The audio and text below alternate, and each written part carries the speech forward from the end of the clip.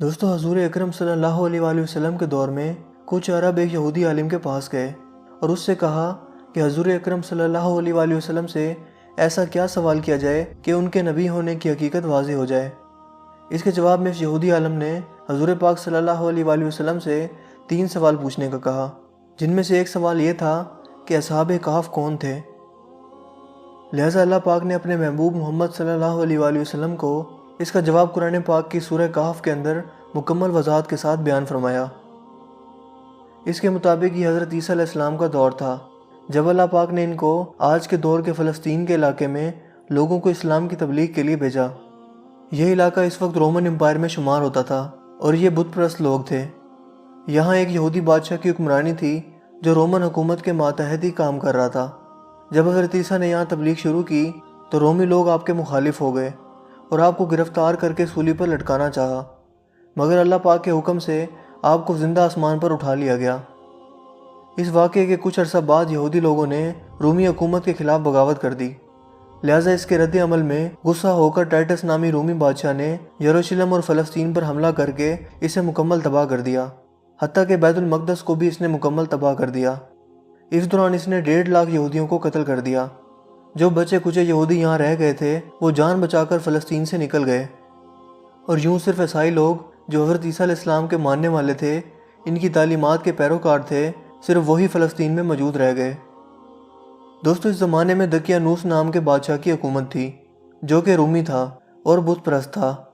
لہٰذا اس کی حکومت میں موجود عیسائی لوگوں پر اس نے ظلم و ستم کرنا شروع کر دیا، یہاں تک کہ حضرت عیسیٰ کے ماننے والوں یا ان کے چند نوجوان حواریوں کو ایک روز اس نے اپنے دربار میں بلا لیا اور ان سے کہا کہ میں تمہیں چند روز کی مہلت دیتا ہوں کہ تم اپنے نئے دین یعنی عیسائیت سے باز آ جاؤ، ورنہ میں تمہیں قتل کروا دوں گا۔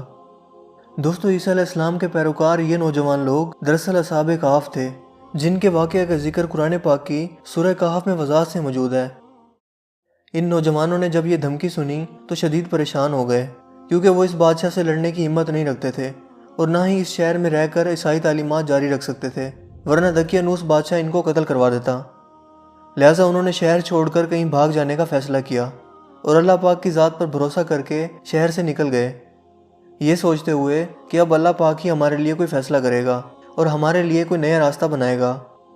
یہاں تک کہ وہ ایک پہاڑ کے غار میں جا کر چھپ گئے اور وہیں اسی غار میں ہی سو گئے، یہاں تک کہ سوتے سوتے ان پر 300 سال کا عرصہ گزر گیا، یعنی 300 برس تک یہ لوگ اس غار میں سوتے رہے۔ دقیانوس نے جب ان لوگوں کو تلاش کروایا تو اسے معلوم ہوا کہ یہ لوگ اس غار کے اندر موجود ہیں، تو وہ بے حد غیظ و غضب کا شکار ہوا، لہٰذا اس نے غصے میں آ کر حکم دیا کہ غار کو ایک سنگین دیوار لگا کر بند کر دیا جائے تاکہ یہ لوگ اسی غار میں رہ کر ہی مر جائیں اور کبھی باہر نہ آ سکیں۔ جبکہ اس نے جس شخص کے ذمہ یہ کام لگایا وہ بہت ہی نیک اور ایماندار آدمی تھا۔ اس نے اصحاب کہف کے نام اور ان کی تعداد اور پورا واقعہ ایک تختی پر کندہ کروا کر تانبے کے صندوق میں رکھ کر دیوار کی بنیادوں میں رکھ دیا، اور اسی طرح کی ایک اور تختی شاہی خزانے میں بھی رکھوا دی۔ اس 300 سال کے عرصہ کے دوران دقیانوس بادشاہ مر گیا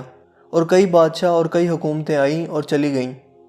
یہاں تک کہ 300 عیسوی میں رومن امپائر نے بھی عیسائیت اختیار کر لی۔ اس زمانے کے بعد یعنی 446 عیسوی میں بیدروس نامی عیسائی بادشاہ کی حکومت آئی، جو کہ ایک نیک دل اور انصاف پسند بادشاہ تھا، اور اس نے 68 سال تک شان و شوکت سے حکومت کی۔ اس کے دور میں مذہبی فرقہ پسندی جب عروج پر پہنچ چکی تھی اور لوگوں میں مرنے کے بعد دوبارہ زندہ کیے جانے اور قیامت کا یقین ختم ہوتا جا رہا تھا، تو اپنی قوم کا یہ حال دیکھ کر بیدروس نامی بادشاہ انتہائی رنجیدہ ہوا اور ایک روز اپنے مکان کی تنہائی میں جا کر بند ہو گیا۔ یہاں وہ اللہ پاک کی بارگاہ میں بے قراری سے دعا کرتا رہا کہ اے اللہ، کچھ ایسی نشانی ظاہر فرما کہ میری قوم کے لوگوں کا ایمان پھر سے تازہ ہو جائے، انہیں قیامت کا اور مرنے کے بعد دوبارہ زندہ کیے جانے کا اور ایک خدا کے موجود ہونے کا یقین ہو جائے۔ اللہ پاک نے اس کی یہ دعا قبول فرمائی، لہٰذا ایک روز ایک چرواہا اپنی بکریوں کو ٹھہرانے کے لیے اس غار کے پاس پہنچا۔ یہ وہی غار تھی جس میں اصحاب کہف موجود تھے اور اس میں سو رہے تھے۔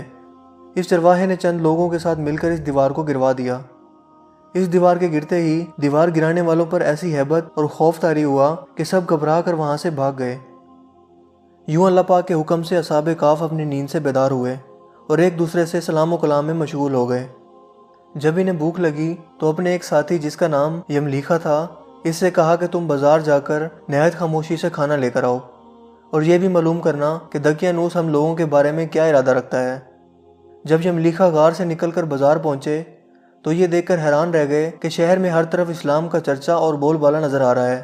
حتیٰ کہ لوگ اعلانیہ حضرت عیسیٰ علیہ السلام کا کلمہ پڑھ رہے ہیں اور ان کی تعلیمات پر عمل بھی کر رہے ہیں۔ اس کشمکش میں یملیکھا ایک دکان پر کھانا لینے کے لیے پہنچے اور کھانے کی قیمت کے بدلے میں دقیانوسی زمانے کا سکہ دکاندار کو دے دیا، جو کہ ظاہر ہے 300 سال پہلے کا تھا اور اب بند ہو چکا تھا، حتیٰ کہ اس کو کوئی پہچاننے والا بھی باقی نہ رہا تھا۔ دکاندار نے یہ سکہ دیکھا تو اس کو شک ہوا کہ شاید اس شخص کو کوئی پرانا خزانہ مل گیا ہے، لہٰذا اس نے یملیکھا کو سپاہیوں کے سپرد کروا دیا تاکہ وہ ان سے خزانے کے بارے میں پوچھ گچھ کریں۔ یوں سپاہیوں نے یملیکھا کو پکڑ لیا اور ان سے سوال کرنے لگے کہ بتاؤ وہ خزانہ کہاں ہے۔ جواب میں یملیکھا نے کہا کہ میرے پاس کوئی خزانہ موجود نہیں ہے، یہ ہمارا ہی روپیہ ہے۔ سپاہیوں نے کہا کہ ہم کیسے مان لیں، کیونکہ یہ سکہ تو 300 سال پرانا ہے، جبکہ تم لوگ ابھی جوان ہو،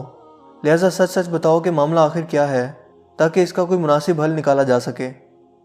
جواب میں یملیکھا نے کہا کہ پہلے مجھے یہ بتاؤ کہ دقیانوس بادشاہ کا کیا حال ہے۔ سپاہیوں نے یہ سنا تو جواب دیا کہ آج اس نام کا کوئی بادشاہ پوری روئے زمین پر موجود نہیں ہے، مگر ہاں سینکڑوں سال پہلے اس نام سے ایک بے ایمان بادشاہ گزرا تھا اور وہ بت پرست تھا۔ یہ جواب سن کر یملیکھا ششدر اور پریشان ہو کر رہ گئے اور بتایا کہ ابھی کل ہی تو ہم اس کے شر سے اپنا ایمان اور جان بچا کر بھاگے تھے، اور میں اور میرے ساتھی قریب کے ایک غار میں چھپ گئے تھے،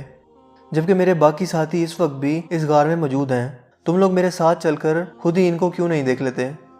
جب سپاہی اور شہر کے لوگ ایک کثیر تعداد میں اس غار کے پاس پہنچے تو اصحاب کہف یملیکھا کے انتظار میں تھے کہ انہوں نے آنے میں بہت دیر کر دی اور شاید یملیکھا کو بادشاہ نے گرفتار نہ کروا لیا ہو۔ جب غار پر بہت سے آدمی پہنچے اور شور و گل سنائی دینے لگا تو اصحاب کہف سمجھے کہ شاید دقیانوس کی فوج ہمارا تعاقب کر کے غار تک آن پہنچی ہے، لہٰذا وہ اللہ پاک کے ذکر و اذکار اور اس کی حمد و ثنا میں مصروف ہو گئے۔ سپاہیوں نے غار پر پہنچ کر وہ تانبے کا صندوق برآمد کر لیا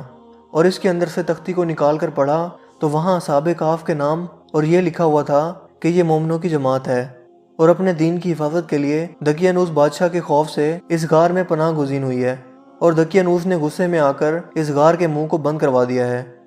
لہٰذا جب کبھی بھی یہ غار کھلے تو لوگ اصحاب کہف کا حال یہاں سے معلوم کر سکیں۔ سپاہی یہ دیکھ کر حیران و پریشان رہ گئے اور جب کچھ سمجھ نہ آیا تو اپنے بادشاہ بدروس کو اصحاب کہف کی اطلاع دی۔